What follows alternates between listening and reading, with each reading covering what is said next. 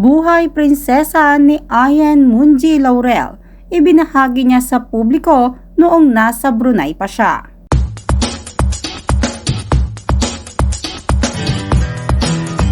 Bihira lamang magkwento si Ayan Munji Laurel sa kanyang buhay noon bilang isang totoong prinsesa ng Brunei.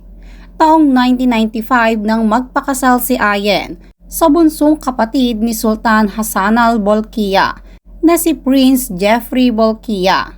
Tumagal ng halos 7 taon ang kanilang pagsasama at noong 2002 ay nag-file mismo ang aktres at singer ng divorce. Mayroon nga silang isang anak na lalaki at ito ay si Prince Hassan Bolkiah. Sa Updated with Nelson Canlas podcast, binalikan ni Ayan ang kanyang buhay noon sa Brunei. Lahad pa nga ni Ayan, ani nito, "Every time I think about it, para siyang panaginip na lang. Alam mo yon, nangyari pala talaga to sa buhay ko na you did not really plan it. It wasn't like gusto kong makapangasawa ng ganito, gusto ko ganyan. Hindi yun yung wish ko, hindi talaga." Natatawa na lamang siya ngayon kapag napag-uusapan ang titulo niya bilang prinsesa ng Brunei. Anya pa, "Oo, natatawa ako kasi, yun nga, like what I said, kasi ang tagal na." Pero hindi niya umano maiwasang maungkat ang kanyang buhay noon sa Brunei. Saad pa nga ng aktres at singer, "Like what I said, it's like a dream right now, but you really cannot shake it off because you have a son with him. And then also, part na talaga siya ng buhay ko." Yung buhay ko noon, kumbaga, they always ask kasi, it's like a fairy tale? Fairy tale siguro sa mata ng iba. Kasi minsan naiisip na tatawa ako kasi ang concept nila is like, probably like Cinderella. Yung sa akin kasi, iba naman yon. Kasi I was married to a man who was a Muslim. So ibang-iba yung culture. Magka-clash talaga.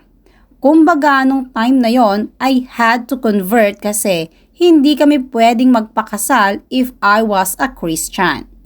So alam naman niya yung belief ko and he said, "You do it cause it's part of the protocol."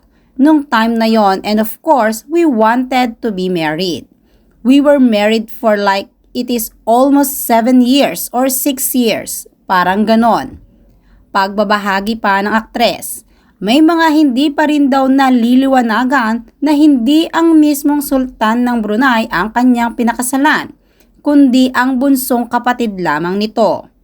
Pagpapaliwanag pa ni Ayan, "The ultimate question there, people would like to ask me up to now, how was it when you were like a princess?"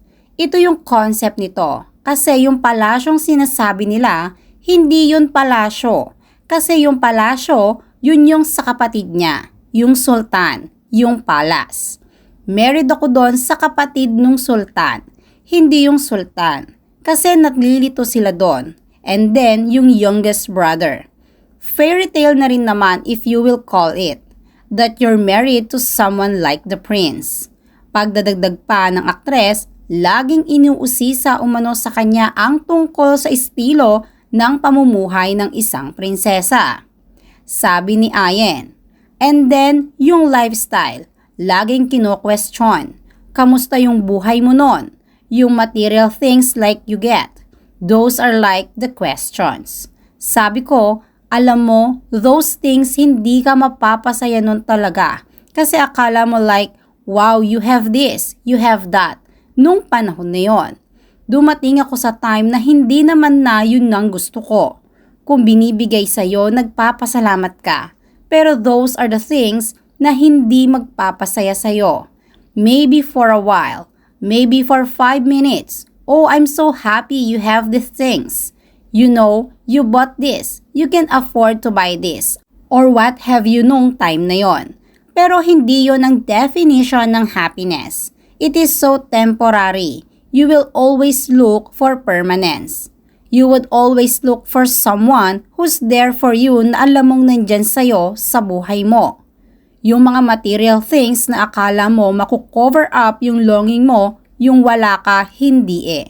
Na-realize di umano ni Ayen na hindi ito ang gusto niya na akala niya'y magpapasaya sa kanya.